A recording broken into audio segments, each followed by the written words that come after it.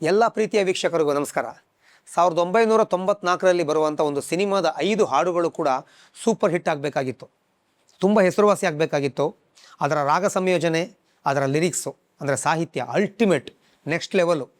ರಘುವೀರ್ ಅವರ ಚೈತ್ರದ ಪ್ರೇಮಾಂಜಲಿ ಸಿನಿಮಾದ ಹಾಡುಗಳು ಎಷ್ಟು ಹಿಟ್ಟಾಗಿತ್ತೋ ಈ ಸಿನಿಮಾದ ಹಾಡುಗಳು ಕೂಡ ಅಷ್ಟೇ ಹಿಟ್ಟಾಗಬೇಕಾಗಿತ್ತು. ಆದರೆ ತುಂಬ ಜನಗಳಿಗೆ ರೀಚ್ ಆಗಿಲ್ಲ. ಸಿನಿಮಾ ಓಡದೇ ಇರಲಾಗಿ ತುಂಬ ಜನಗಳಿಗೆ ರೀಚ್ ಆಗಿಲ್ಲ. ಸಿನಿಮಾದ ಹೆಸರು ಹೊಂಗಿರಣ. ಭವಾನಿ ಶಂಕರ್ ಅವರು ಡೈರೆಕ್ಟರು, ರಘುವೀರ್ ಅವರು ನಾಯಕ. ರಘುವೀರ್ ಅವರ ಸಿನಿಮಾ ಟೈಟ್ಲ್ಗಳು ಈ ಹಿಂದೆ ಹೇಳಿದ್ದೆ ನಾನು. ಮೌನ ಸಂಗ್ರಾಮ ಸಿನಿಮಾದ ಹಾಡೋದು ಬಗ್ಗೆ ಮಾಹಿತಿ ಕೊಟ್ಟಾಗ ಹೇಳಿದ್ದೆ. ಅವರ ಸಿನಿಮಾ ಟೈಟ್ಲು ಸೂಪರ್, ಒಂದು ಕಾದಂಬರಿ ಥರ ಇರೋದು. ಹಂಸಲೇಖ ಅವರಿಗೆ ಟೈಟ್ಲ್ ಕೇಳಿದಾಗಲೇ ಖುಷಿಯಾಗೋದು. ಹೊಂಗಿರಣ ಟೈಟ್ಲು ತುಂಬ ಖುಷಿಯಾಗಿತ್ತು ಅವರಿಗೆ. ತುಂಬ ಸಮಯ ತಗೊಂಡು ಮಾಡಿದರು. ಇದು ನಮ್ಮೊಟ್ಟಿಗೆ ಹೇಳಿದ್ರು ಅವರು. ನಾನು ಹೊಂಗಿರಣ ಸಿನಿಮಾ ಹಾಡುಗಳು ತುಂಬ ಸಮಯ ತಗೊಂಡು ಮಾಡಿದ್ದೆ, ಒಳ್ಳೆ ರಾಗ ಸಂಯೋಜನೆ ಮಾಡಿದ್ದೆ, ಒಂದೊಂದು ಸಾಲಲ್ಲೂ ಫಿಲಾಸಫಿ ಇಟ್ಟಿದ್ದೆ ನಾನು. SPB ಅವ್ರ ಚಿತ್ರಮ್ಮ ಅವರು ಅದ್ಭುತವಾಗಿ ಆಡಿದ್ರದು, ತುಂಬ ಚೆನ್ನಾಗಿ ತುಂಬ ಜನಗಳಿಗೆ ರೀಚ್ ಆಗುತ್ತೆ ಅಂದ್ಕೊಂಡೆ. ಆದರೆ ಸಿನಿಮಾ ಅದು ಫೇಲ್ಯೂರ್ ಆಯಿತು, ಹಾಗಾಗಿ ರೀಚ್ ಆಗಲಿಲ್ಲ.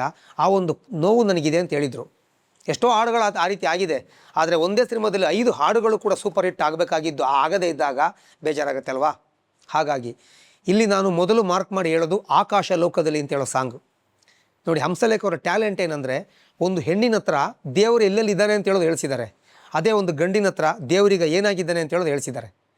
ಚಿತ್ರಮ್ಮ ಅವರು ಮೊದಲ ಪಲ್ಲವಿ ಚರಣ ಆಡ್ತಾರೆ.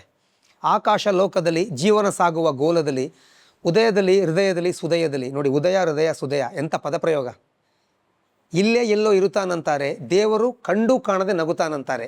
ಅದೇ ರೀತಿ ಮೊದಲ ಚರಣದಲ್ಲಿ ಅದ್ಭುತವಾಗಿ ಬರೆದಿದ್ದಾರೆ ಫಿಲಾಸಫಿ. ದೇವರು ಎಲ್ಲಿದ್ದಾನೆ ಅಂತ ಹೇಳೋದನ್ನ ಎಷ್ಟು ಚೆನ್ನಾಗಿ ಹೇಳಿದ್ದಾರೆ ಅಂದರೆ, ಕೆನೆಯಂತೆ ಹಾಲಿನಲ್ಲಿ, ಸಿಹಿಯಂತೆ ಜೇನಿನಲ್ಲಿ, ಘಮಘಮಿಸುವನು, ರುಚಿ ಎನಿಸುವನು ನೂರಾರು ರೂಪದಲ್ಲಿ, ಬೆಳಕಂತೆ ದೀಪದಲ್ಲಿ, ಹಗಲಂತೆ ರಾತ್ರಿಯಲ್ಲಿ, ಕಲೆ ಎನಿಸುವನು, ಅಲೆ ಎನಿಸುವನು ನೂರಾರು ಹೆಸರಿನಲ್ಲಿ.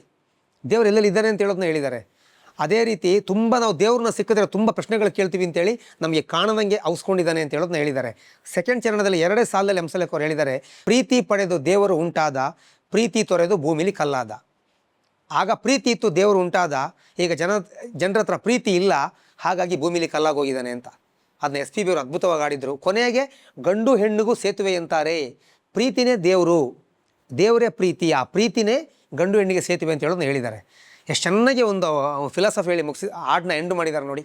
That is Hamsalekha. ಟೈಟ್ಲಿಟ್ಟು ಹಾಡು ಮಾಡೋದ್ರಲ್ಲಿ ಹಂಸಲೇಖ ಎತ್ತಿದ ಕೈ. ಹೊಂಗಿರಣ ಹೊಂಗಿರಣ, ಹೊಂಗೆ ಎಡಿ ತಂಗಿರಣ ಅಂತ ಒಂದು ಹಾಡಿದೆ. ತಂಗಿರಣ ಅಂದರೆ ಸೂರ್ಯನ ಕಿರಣ ಅಂತಲೂ ಆಗುತ್ತೆ, ಹೊಂಗೆ ಮರದ ಕೆಳಗೆ ತಂಗುವ ಅಂತಲೂ ಆಗುತ್ತೆ, ತಂಗಿರಣ ಅಂತ. ಹಿಂಗಿರಣ ಮುಂಗಿರಣ, ಸಂಗಮಕ್ಕೆ ಸಂಕ್ರಮಣ ಬಾ ಅಂತ.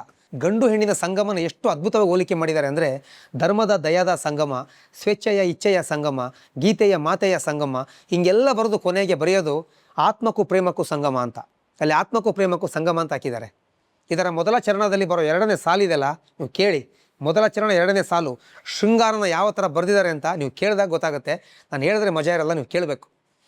ಅದೇ ರೀತಿ, ನಾನು ಕವಿಯಲ್ಲ, ಕವನ ಬರೆದಿಲ್ಲ, ನಾನು ನಟನಲ್ಲ, ನಟಿಸಿ ತಿಳಿದಿಲ್ಲ, ಈ ರೀತಿ ಒಂದು ಅದ್ಭುತ ಹಾಡಿದೆ.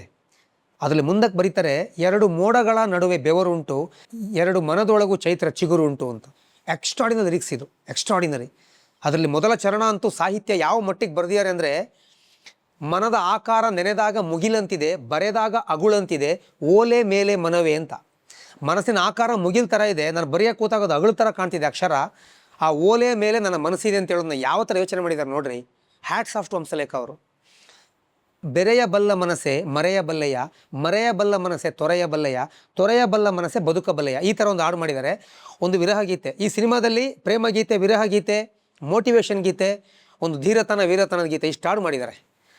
ಈ ಬೆರೆಯಬಲ್ಲ ಮನಸ್ಸೆ ಹಾಡಲ್ಲಿ ನಿಮಗೆ ಪಲ್ಲವಿ ಆದ ಕೂಡಲೇ ಬರೋ ಇನ್ಸ್ಟ್ರೂಮೆಂಟು, ಆ ವಯಲಿನು ಫ್ಲೂಟ್ ಬಳಸಿದ್ದಾರೆ.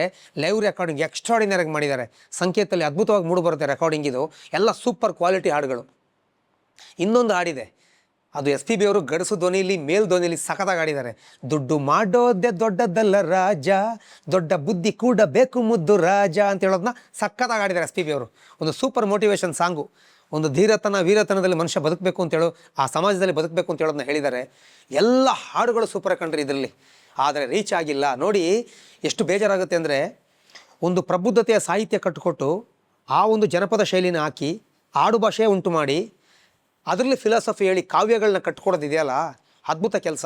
ಅದಾದಾಗ ರೀಚ್ ಆಗಿಲ್ಲ ಅಂದಾಗ ಬೇಜಾರಾಗುತ್ತೆ. ಇದು ಹಂಸಲೇಖರು ನಮಗೆ ಹೇಳಿದರು.